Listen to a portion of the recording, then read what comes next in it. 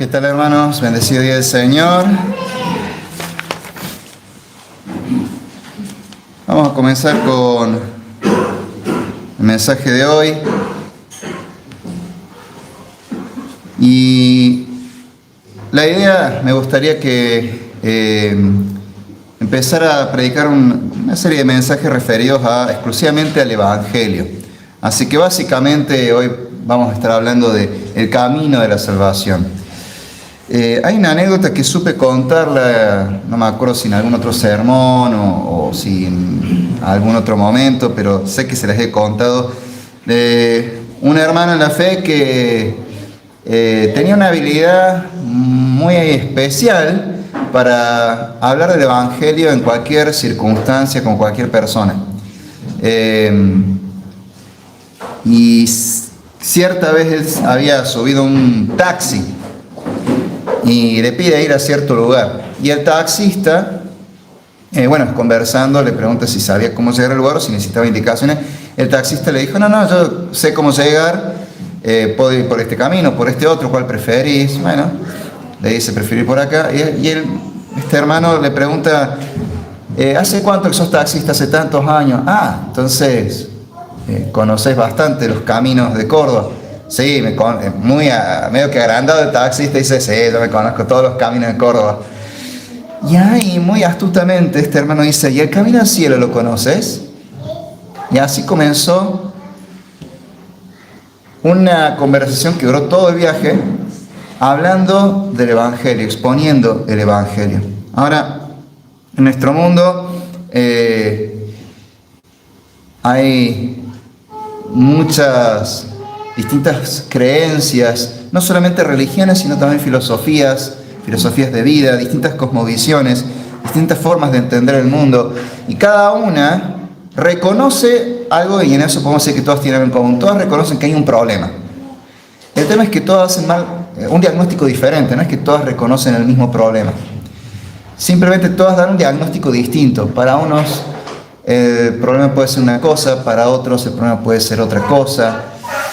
Cada forma de pensamiento, cada creencia, cada filosofía, cada religión reconoce que hay un problema, pero no todas identifican al problema con lo mismo. Es decir, que hace un diagnóstico distinto cada uno. Y si hace un diagnóstico distinto, cada una propone una medicina diferente, ¿no? Ahora bien, la Biblia nos da un mensaje de cuál es nuestro problema y también un mensaje de esperanza, de salvación. Es la única que atina en cuál es nuestro verdadero problema, en fin. Y hay un versículo que casi siempre vamos a usar a la hora de evangelizar, que es el versículo de Juan 3:16. Así que vamos a leer ese versículo. Vamos al Evangelio según San Juan, capítulo 3. Versículo 16. Juan 3:16 dice así: porque de tal manera amó Dios al mundo, que ha dado a su Hijo unigénito, para que todo aquel que en Él cree no se pierda, mas tenga vida eterna. Todos usamos este versículo para predicar el Evangelio. Pero todos entendemos lo importante que es el mensaje de este versículo. Este pasaje comienza diciéndonos: de tal manera amó Dios al mundo. En otras versiones lo traduce como: Dios amó tanto al mundo. Nos está hablando de que el Evangelio es un mensaje de amor. Pero nosotros no podemos entender ¿por qué es tan importante este mensaje de amor? A menos que primero entendamos el trasfondo y la razón que llevó a Dios a hacer lo que hizo. Que Él amó tanto al mundo, que ha dado a su Hijo unigénito. ¿Por qué lo ha dado? ¿Qué lo llevó a entregar a su Hijo?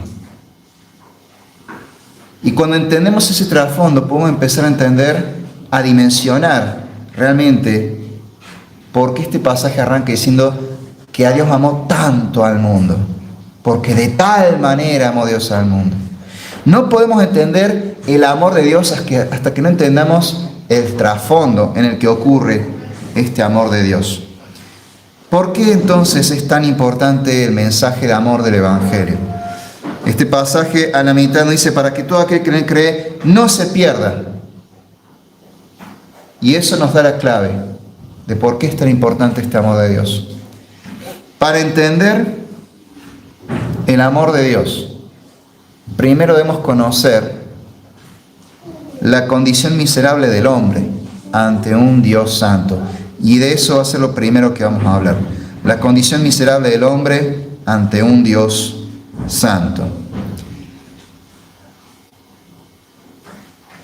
La Biblia nos enseña que Dios es santo y justo.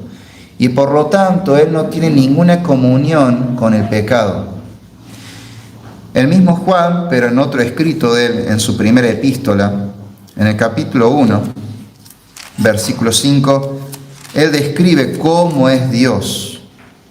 De hecho, él explica el mensaje del Evangelio refiriéndose al carácter santo de Dios. Así dice 1 de Juan, capítulo 1, versículo 5.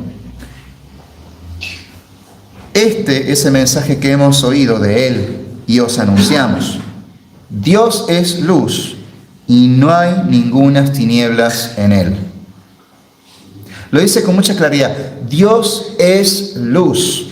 En otras palabras, Dios es santo, Dios es justo, Dios es perfecto. Pero por si quedara alguna duda, nos aclara, y no hay ningunas tinieblas en Él. Dios es tan perfecto, tan santo y tan justo, que no hay manera que Él pueda tener relación alguna con el pecado. Él no puede tolerar el pecado. Él no puede hacer la vista gorda y pasar por alto el pecado y ser indiferente al pecado, hacer de cuenta de que no pasó nada.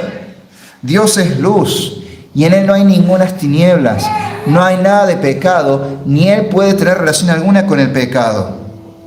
Ya en el Antiguo Testamento, los profetas muchas veces reprendían al pueblo y lo corregían, haciéndoles ver esa misma situación, nuestra condición miserable ante un Dios que es perfectamente santo y justo, y apelan al mismo carácter recto, perfecto del Señor.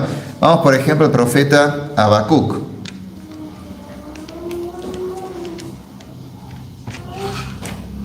Profeta Habacuc, capítulo 1, versículo 13. Habacuc 1:13 dice, es el profeta orando y dirigiéndose al Señor. ¿Y qué le dice el profeta a Dios? Le dice, muy limpio eres de ojos para ver el mal, ni puedes ver el agravio. Muy limpio eres de ojos para ver el mal, ni puedes ver el agravio. En otras palabras, Señor, eres tan santo que no puedes tolerar el agravio, no puedes tolerar el mal. Así de santo, así de perfectamente santo y justo es nuestro Dios. Ahora, esa es la realidad acerca de Dios. Dios es santo, Dios es justo, perfectamente. Pero ¿y qué hay del hombre? ¿Cómo somos nosotros? La Biblia nos enseña que todos somos pecadores.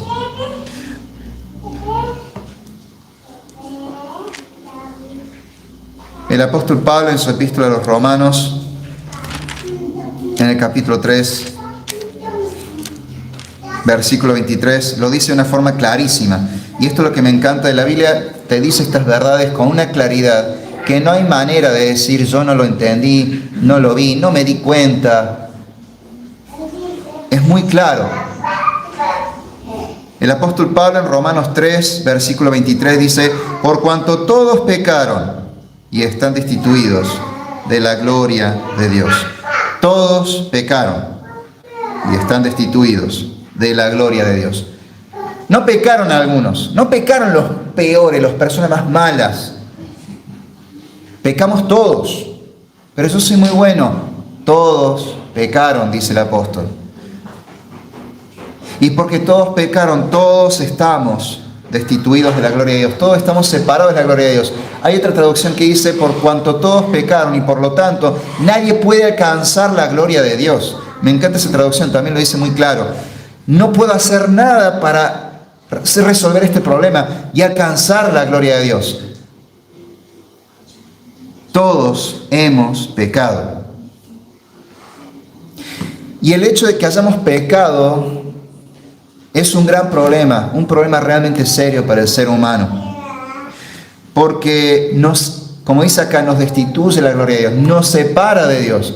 Pero no es una simple distancia o una simple pelea insignificante que con el tiempo se resuelve, capaz que nos olvidamos después de que estamos enemistados y seguimos en la misma.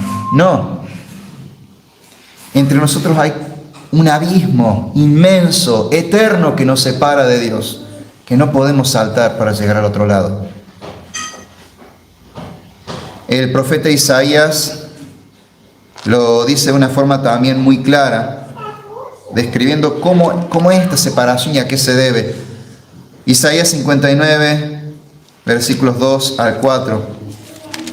También el profeta hace referencia a nuestro pecado y cómo eso nos separa de este Dios que es santo. Isaías 59, versículos 2 al 4 dice, pero vuestras iniquidades han hecho división entre vosotros y vuestro Dios, y vuestros pecados han hecho ocultar de vosotros su rostro para no oír, porque vuestras manos están contaminadas de sangre y vuestros dedos de iniquidad. Vuestros labios pronuncian mentira, habla maldad vuestra lengua. Y fíjense lo siguiente, no hay quien clame por la justicia, ni quien juzgue por la verdad.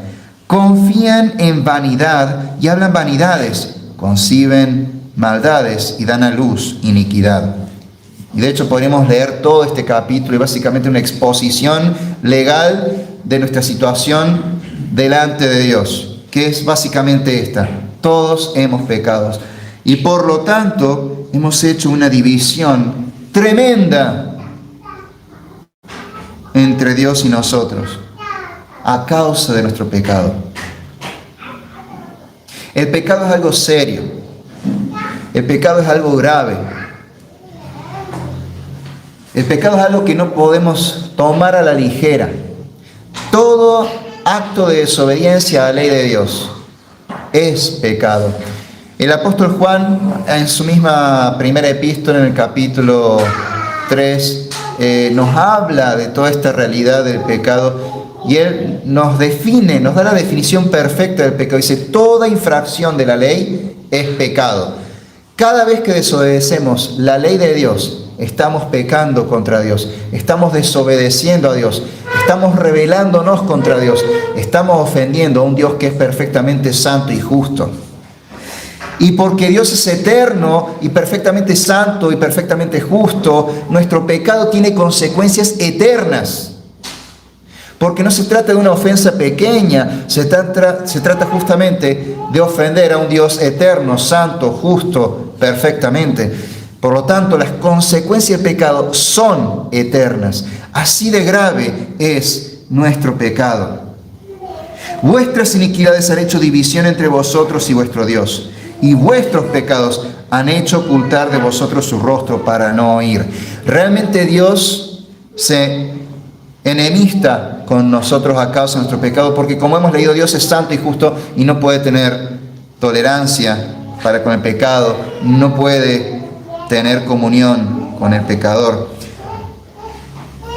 Ahora uno podrá decir, ¿y qué hay de nuestras buenas acciones? Bueno, ya hemos visto en Romanos que dice que no podemos alcanzar la gloria de Dios.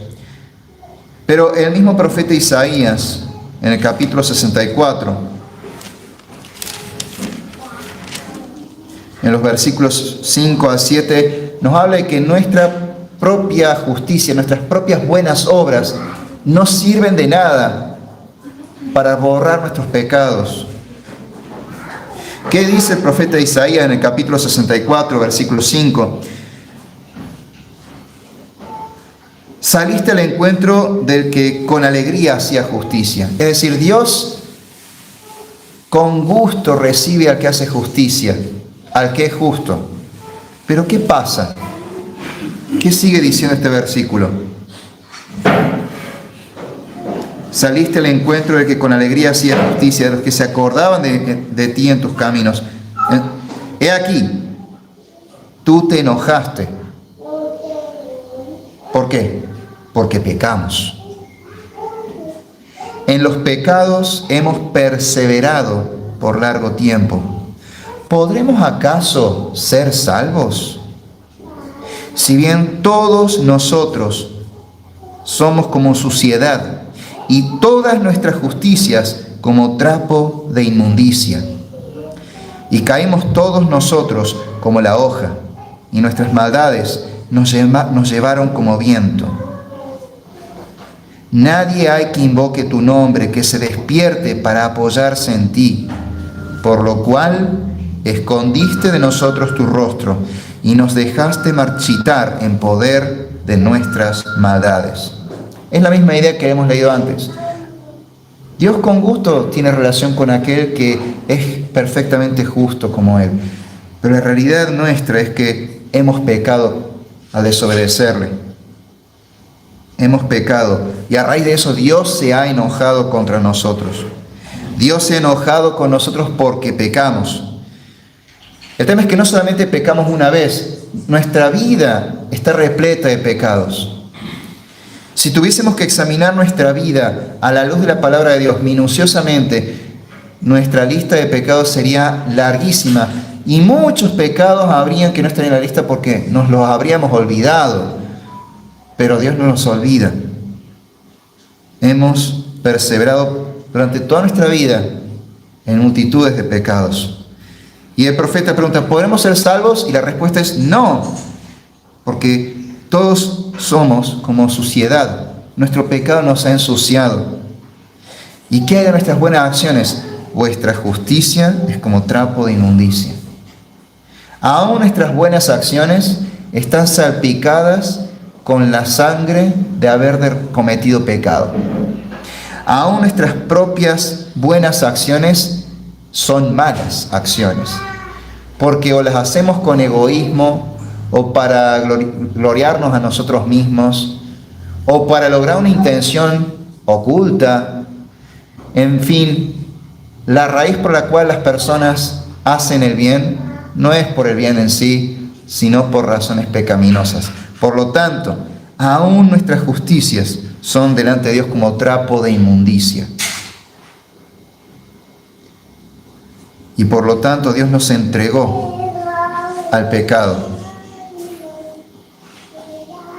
Escondió su rostro en nosotros y nos dejó marchitar en poder de nuestras maldades. La epístola a los Romanos, en los primeros 2 capítulos, pareciera que tomara esta misma idea y básicamente varias veces dice, Dios los entregó a sus pecados.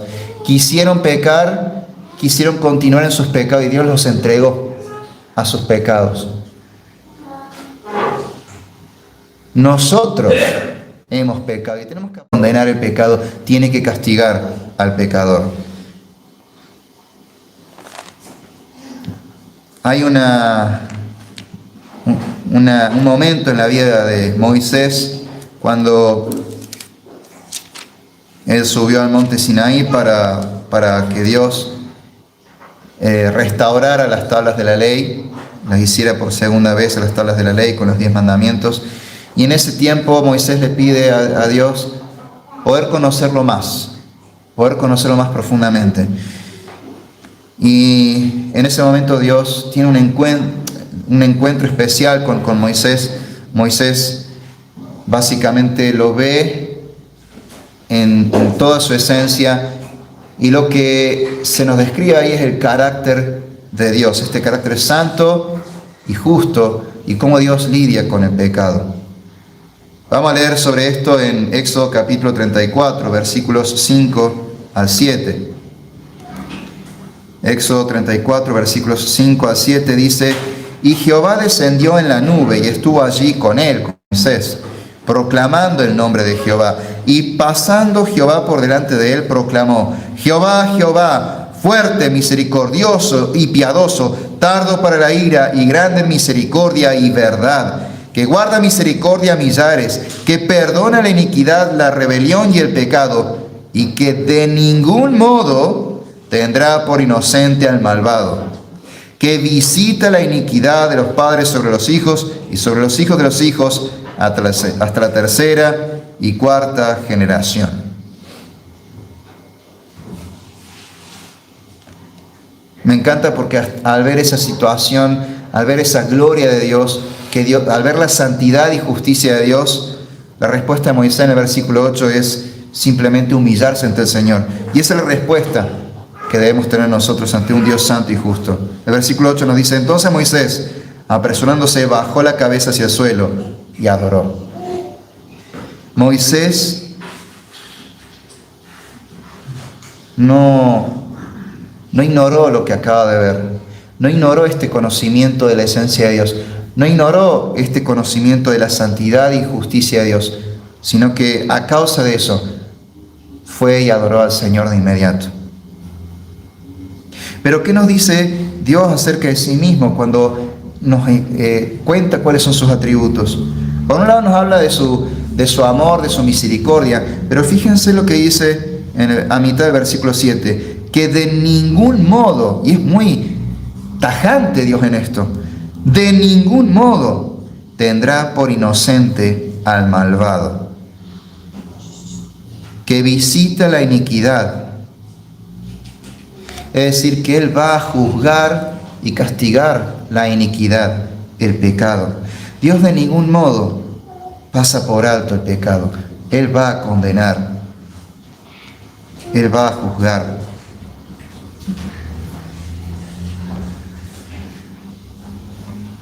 El Salmo 7, versículo 11 nos dice que Dios está enojado con el pecador todos los días. Esa es la realidad nuestra ante el Señor. Y Romanos 6, 23 nos dice que la paga del pecado es la muerte. Entonces la Biblia nos dice que Dios es santo y justo, que no tiene relación alguna con el pecado. Nosotros, por otro lado, somos pecadores. Nosotros sí tenemos relación con el pecado, y una relación muy estrecha, de mucha amistad con el pecado. Nosotros somos pecadores. Estamos en dos bandos totalmente opuestos. Y a causa de nuestro pecado no estamos en comunión con Dios. Hay un abismo eterno que nos separa. Y Dios juzgará y castigará a los pecadores. ¿Y cómo vamos a pagar por nuestro pecado? Pues con la muerte. Esa es nuestra situación. Nuestra situación es la perdición. Andamos tranquilos por la vida sin saber de que pende sobre nuestras cabezas una espada que cuelga de un hilo muy delgado que en cualquier momento se cortará.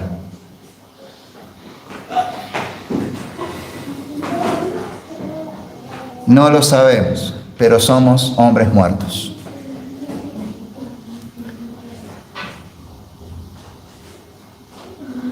Esa es nuestra condición ante Dios. Es una condición miserable.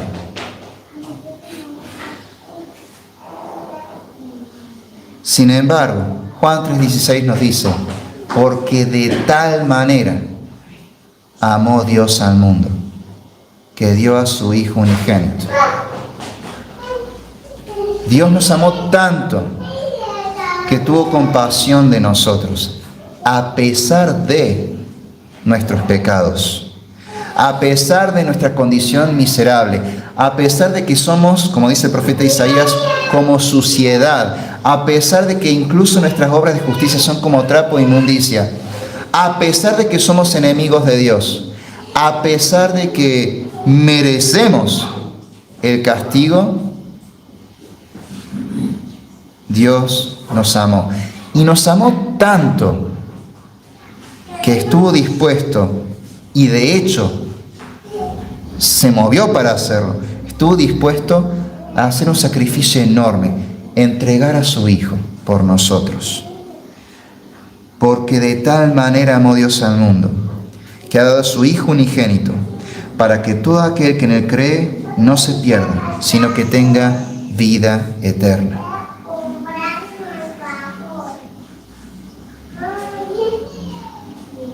El Evangelio es el mensaje de amor de Dios, pero no es un mensaje de amor cualquiera. Es el mensaje de amor de Dios para con pecadores que no lo merecen. El Evangelio nos habla del amor inmerecido de Dios. Y ese es nuestro segundo punto, el amor inmerecido de Dios. Hay una palabra que leemos mucho en la Biblia que es la palabra gracia. Y la gracia significa justamente eso, es el amor no merecido. Es el amor que Dios tiene para con nosotros, pero que nosotros no nos hemos ganado. Un amor totalmente inmerecido. La Biblia nos enseña que así como Dios es santo y justo, también es amor. Y a su vez es misericordioso. Y no desea nuestra perdición. Escuchemos lo que Dios dice a través del profeta Ezequiel, capítulo 33, versículos 10 y 11. Ezequiel, capítulo 33, versículos 10 y 11. Dios le dice al profeta Ezequiel: tú pues, hijo de hombre, di a la casa de Israel. Y lo que siguen son las palabras directas de Dios, que le está hablando a su pueblo. Y es Dios hablándonos a todos y cada uno de nosotros hoy acá. Vosotros habéis hablado así, diciendo: nuestras rebeliones y nuestros pecados están sobre nosotros, y a causa de ellos somos consumidos. ¿Cómo pues viviremos? Diles: vivo yo, dice Jehová el Señor, que no quiero la muerte del impío, sino que se vuelva el impío de su camino y que viva. Volveos de vuestros malos caminos. ¿Por qué moriréis, oh casa de Israel? Si estamos entendiendo este mensaje, si el Espíritu Santo está obrando en nuestros corazones, nuestro pensamiento en este momento debe ser exactamente el que describe el versículo 10. Estamos ante un Dios santo y justo. Somos conscientes de nuestra inmundicia, de nuestra miseria, de nuestro pecado. Y debe generarnos desesperación y decir: nuestras rebeliones y nuestros pecados están sobre nosotros, y a causa de ellos somos consumidos. ¿Cómo viviremos? Pero inmediatamente viene la buena noticia, el Evangelio, la respuesta de Dios que nos dice: no quiero que mueras, no quiero la muerte del impío, sino que te vuelvas de tu mal camino y que vivas. Vuélvete. ¿Por qué tenés que morir?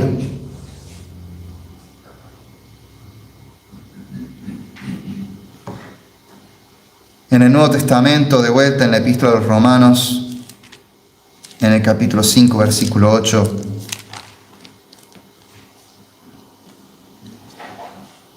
el apóstol Pablo nos explica que la crucifixión de Cristo no es simplemente un evento histórico más. Y no es cualquier sacrificio, es la muestra más grande del amor de Dios. Dice Romanos capítulo 5, versículo 8. Mas Dios muestra su amor para con nosotros, en que, siendo aún pecadores, Cristo murió por nosotros. En Ezequiel, Dios nos dice: no quiero que te pierdas. Pero bueno, eso es un deseo. Ahora Dios no se queda solo en decirnos: no quiero que mueras, sino que toma la iniciativa. Y como nos dice Juan 3:16, Dios nos amó tanto y no deseaba nuestra perdición. Él quería que nos volviéramos a Él. Y tanto nos amó que dio a su Hijo por nosotros. A pesar de ser pecadores. Romanos lo dice claro: aún siendo pecadores. Y esto es importante. No es que de pronto yo empecé a hacer un cambio en mi vida, o al menos tuve la buena voluntad de buscar a Dios, de desear reconciliarme con Él. Entonces Dios dijo: bueno, lo voy a salvar. No, dice: aún siendo pecadores, mientras todavía éramos pecadores, y a pesar de nuestros pecados, Dios nos amó y nos mostró ese amor de la forma más grande. La demostración de amor más grande de Dios fue que Él nos entregó a su propio Hijo en la cruz. Que Cristo muriera por nosotros es la muestra de amor más grande que puede existir en el mundo.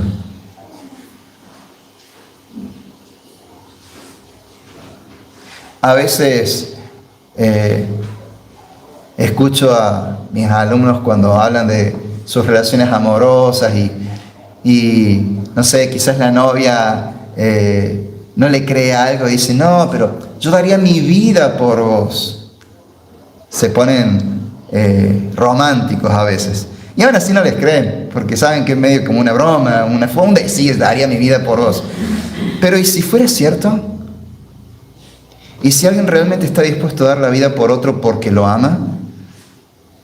¿No nos demostraría eso la realidad de ese amor? Que ese amor es verdadero y que es enorme. Ahora, hemos visto nuestra miseria, que es nuestra perdición, y ahora estamos viendo el amor de Dios. Un amor que no merecemos, pero que es un amor real, un amor verdadero. Y tenemos la muestra, la demostración de amor más grande de todas. Dios dando su vida por estos pecadores que han pecado contra Él, pero que Él amó y decidió salvar.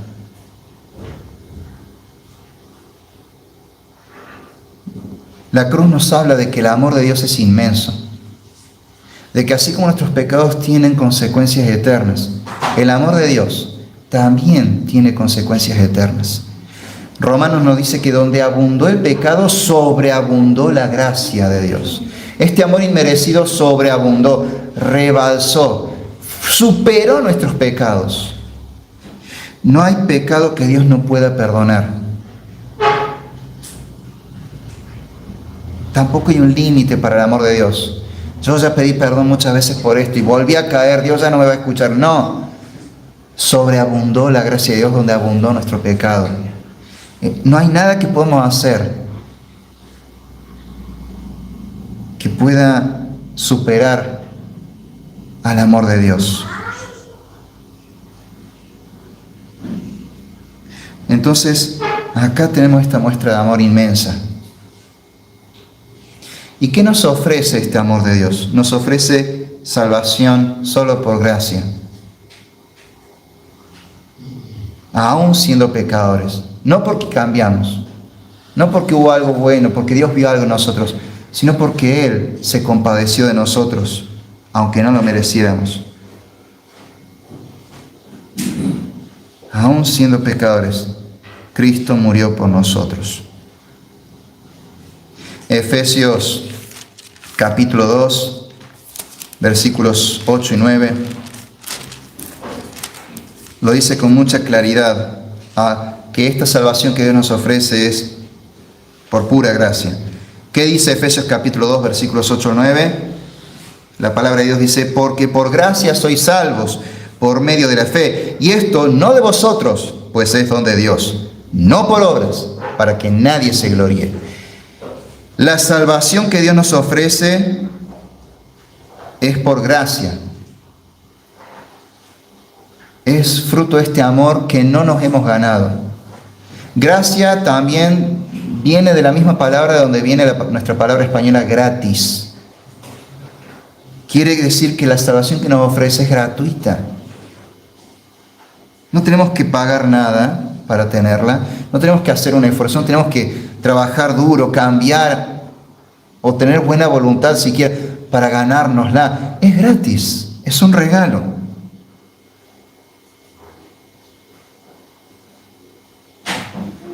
Y no es algo que venga de nosotros, es un don de Dios, es un regalo de Dios. No nace de nosotros, no proviene de nosotros. Dios lo hace todo. Dios nos da esta salvación por gracia.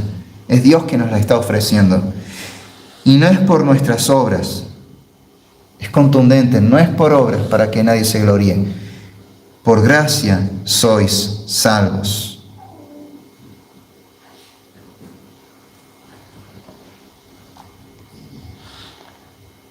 De nuevo el profeta Ezequiel, en el capítulo 33, que leímos antes, pero unos versículos más adelante, en los versículos 12 y 13, dice: cuando yo dijera al justo, de cierto vivirás, y él confiado en su justicia hiciera iniquidad, todas sus justicias no serán recordadas, sino que morirá por su iniquidad que hizo. Y cuando yo dijera al impío, de cierto morirás, si él se convirtiere de su pecado e hiciere según el derecho y la justicia. No, perdón, me estoy leyendo mal. Ezequiel 2 y 13, claro, leí del 13, perdón. Del 12 al 13. Y tú, hijo de hombre, di a los hijos de tu pueblo: la justicia del justo no lo librará el día que se rebelare, y la impiedad del impío no le será estorbo el día que se volviere de su impiedad. Y el justo no podrá vivir por su justicia el día que pecare. Cuando yo dijera al justo, de cierto vivirás, y él confiado en su justicia hiciera iniquidad, todas sus justicias no serán recordadas, sino que morirá por su iniquidad que hizo. No podemos gloriarnos en nuestras buenas acciones. Como vimos antes, nuestra justicia es como trapo de inmundicia, está manchada por nuestro pecado. Por eso es que no es por obras, porque no servirían de nada, no alcanzarían. Si pesáramos nuestras buenas acciones en una balanza y del otro lado de la balanza pesáramos nuestro pecado, el pecado pesaría mucho más que nuestras buenas obras. Todas nuestras justicias no serán recordadas en el día del juicio. Nuestro pecado, nuestra iniquidad pesará mucho más. Pero por el contrario, Dios es tan grande en su amor, en su gracia, en su misericordia, que no pasa lo mismo con el pecador que se arrepiente. El pecador que se arrepiente, aunque tenga una vida llena de pecado, si se ha arrepentido y se ha vuelto al Señor, Dios no va a tomar en cuenta sus pecados pasados. Porque por gracia somos salvos. Pero ¿cómo llega esta gracia a nosotros? Efesios 2, 8 nos dice que por gracia sois salvos por medio de la fe. La salvación que nos ofrece el Señor es por gracia, porque es gratis, porque es inmerecida, y es solo por fe en Jesucristo.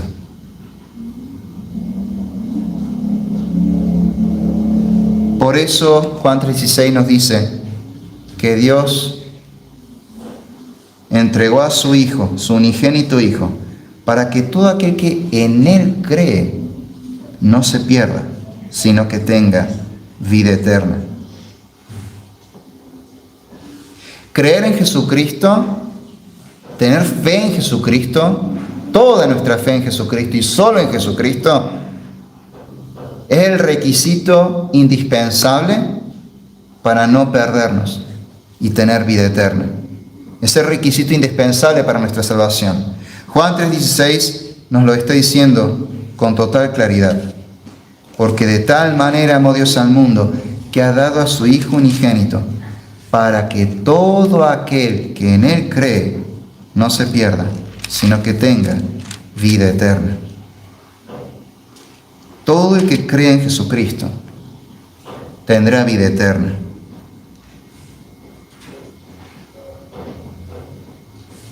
Pero ¿qué pasa si no creemos en Jesucristo? Pues no tendremos vida eterna. Lo opuesto queda implícito en este versículo. Todo aquel que no cree en el Hijo unigénito de Dios, sí se pierde y no tiene vida eterna.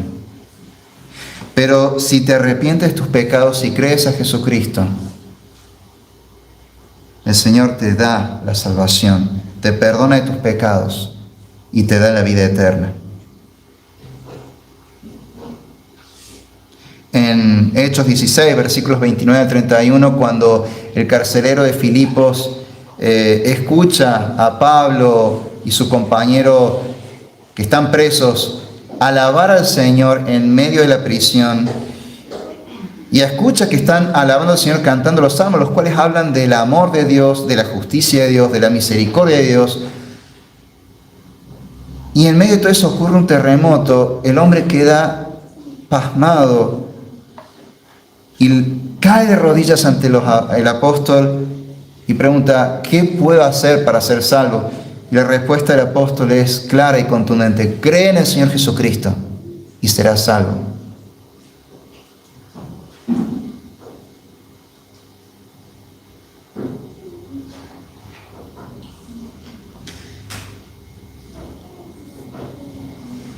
Así de grande es el amor de Dios.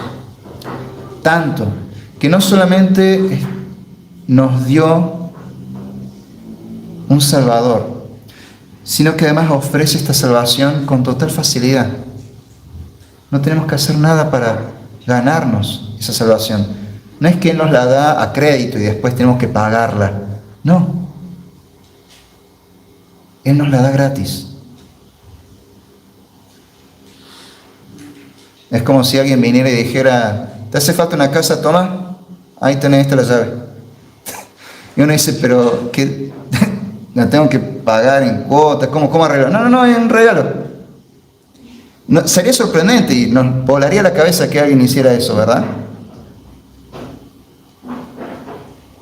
Bueno, Dios está haciendo algo mucho más grande que eso. Porque nos está diciendo: te estás muriendo. O mejor dicho, estás muerto a causa de tus delitos y pecados.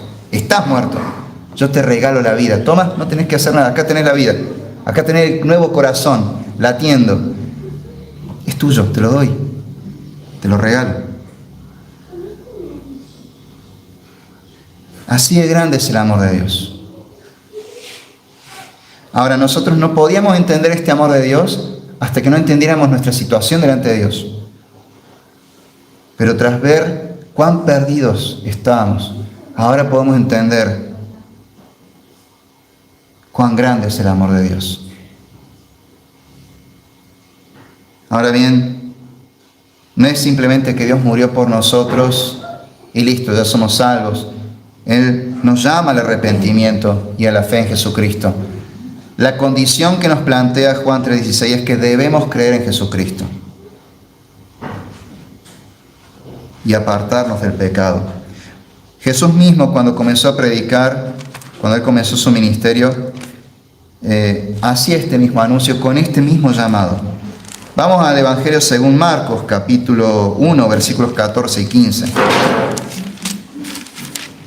Marcos 1, versículos 14 y 15 dice: después que Juan fue encarcelado, Jesús vino a Galilea, predicando el Evangelio del reino de Dios y diciendo... Y lo que sigue es un resumen de lo que trata el Evangelio del reino de Dios. La buena noticia. El tiempo se ha cumplido y el reino de Dios se ha acercado. Arrepentíos y creed en el Evangelio. Nos está diciendo que no hay que esperar más a la salvación de Dios, porque el tiempo se ha cumplido y este Salvador ha llegado. El reino de Dios se ha acercado. El Salvador prometido ha llegado. Pero ¿cómo vamos a responder esa buena noticia? Arrepentíos y creed. El Señor nos da este evangelio, esta buena noticia. La salvación llegó. Acá está el Salvador. ¿Y cómo debemos reaccionar? Arrepiéntanse y crean. Arrepiéntanse y crean. Debemos arrepentirnos de nuestros pecados. Pero arrepentirse no es simplemente sentir culpa o cargo de conciencia. La Biblia nos enseña que arrepentirse significa abandonar el pecado y confesarlo al Señor.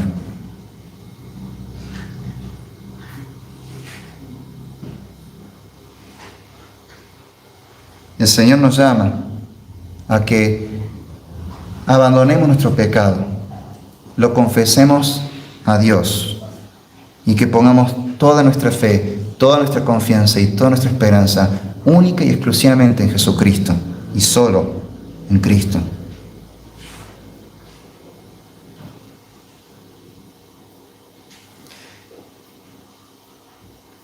Ahora,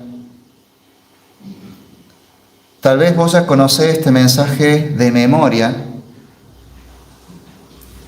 y si el Espíritu Santo ha obrado en tu vida años atrás, ya conoces lo que implica este nuevo mensaje, lo que implica esta buena noticia, este mensaje de amor del Señor. Sabes que Dios nos llama a una nueva vida en Cristo, obedeciendo y glorificando a Dios.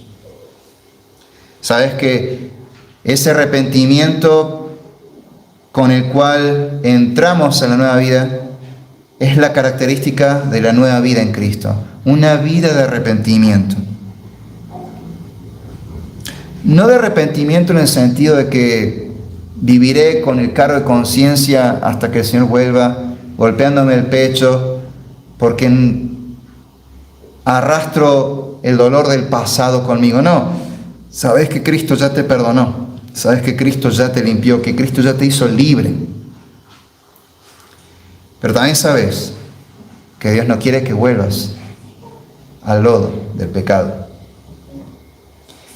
Y también sabes que seguís pecando a veces.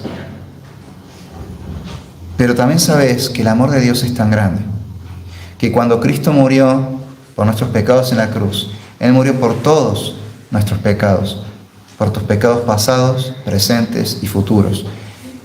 Y que tenés que arrepentirte de tu pecado, confesarlo al Señor y volverte a Él todos los días, todo el día.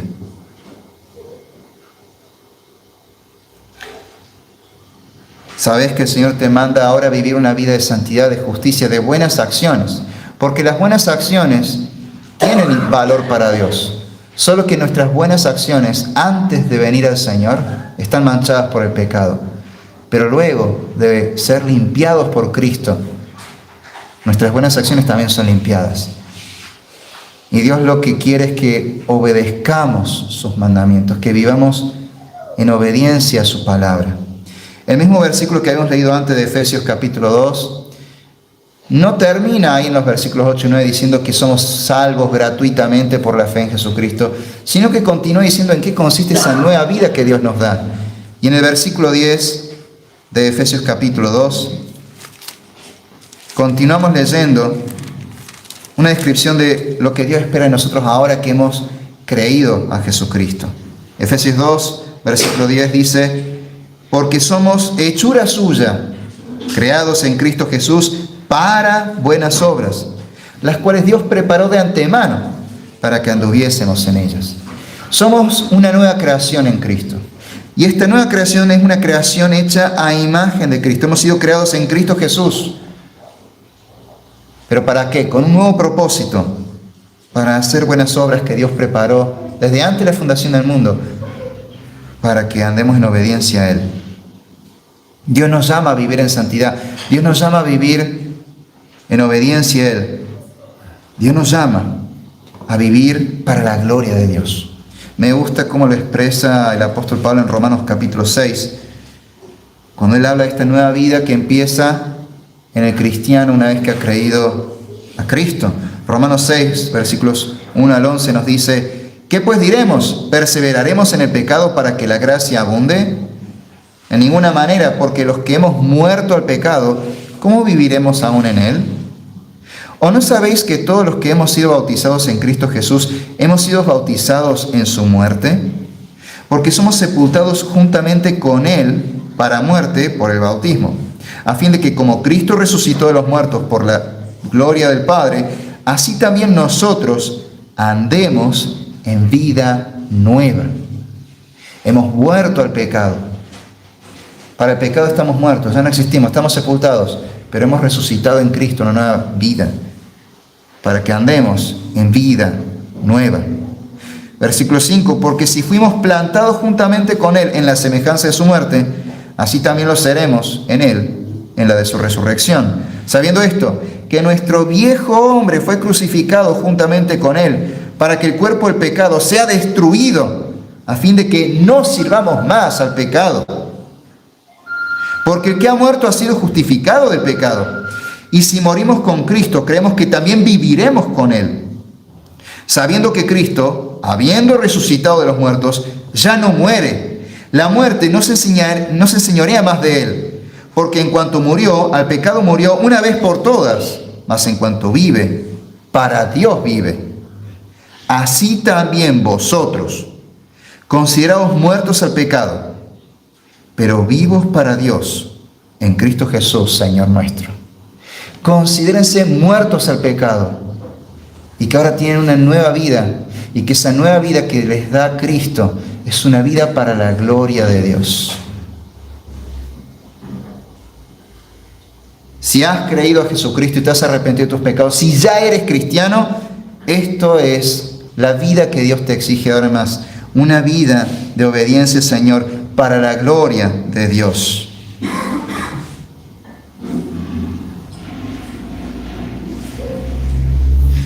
Pero si por el contrario todavía no te has arrepentido de tus pecados,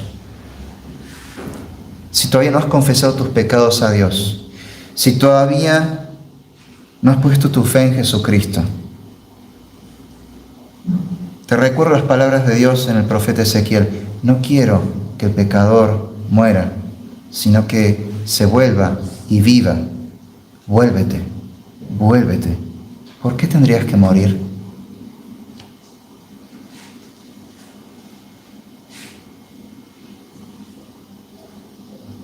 El profeta Isaías,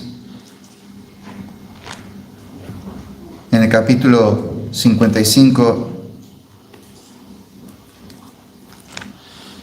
versículo 6,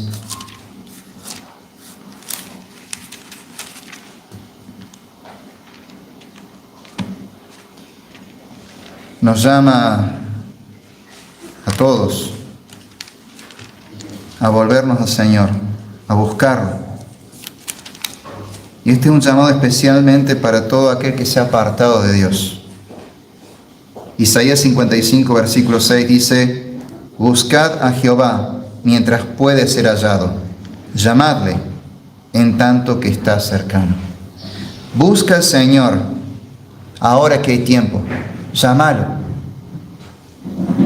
clama a Dios, porque un día Dios volverá a juzgar a los vivos y a los muertos. Cuando Cristo vuelva, ya no va a haber más tiempo para arrepentirse y ponerle fe en Él. Va a ser demasiado tarde. En el día del juicio ya no va a haber más oportunidad. Pero hasta que Él vuelva, tenemos este tiempo que podemos arrepentirnos y volvernos a Él. Busca al Señor mientras puede ser hallado. Llámalo en tanto que está cercano. Y el Señor mismo, casi que clamando, nos llama a arrepentirnos y retornar a Él en arrepentimiento y fe. Zacarías, capítulo 1, versículo 3, dice: diles pues, así ha dicho Jehová de los ejércitos, volveos a mí, dice Jehová de los ejércitos, y yo me volveré a vosotros, ha dicho Jehová de los ejércitos. Vuélvanse a mí y yo me volveré a ustedes. Retorná a Dios. Arrepentite de tu pecado y volvé al Señor. Y el Señor será amplio en perdonar. Ya te dio la muestra más grande de su amor. No tenés que esperar alguna otra muestra de amor, porque el hecho de que Él entregara a su propio Hijo para que muriera por nuestros pecados en la cruz es la muestra de amor más grande que pueda haber. No dudes del amor de Dios. Arrepiéntete y cree en Jesucristo. Llama al Señor mientras aún hay tiempo. Oremos.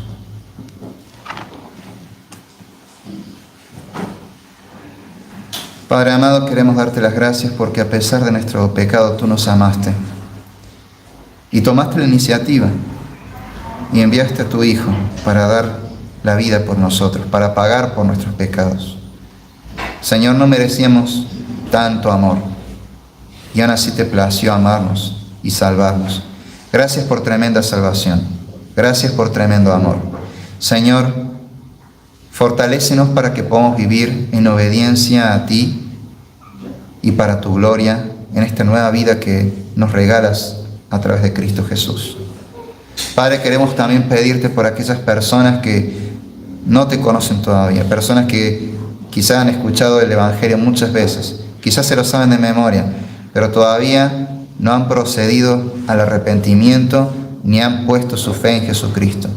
Te clamamos a ti para que el Espíritu Santo obre en sus corazones, para que los convenzas, para que ellos se arrepientan de todo corazón de sus pecados, se confiesen a ti, Padre, y pongan toda su fe, toda su esperanza y toda su confianza en Cristo y nada más que en Cristo, para que así puedan recibir tu perdón y tu vida eterna, tu salvación.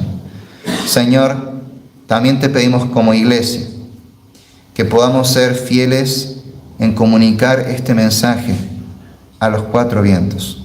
Señor, tú nos has ordenado a ser discípulos, anunciando este mensaje del Evangelio, proclamando a Cristo.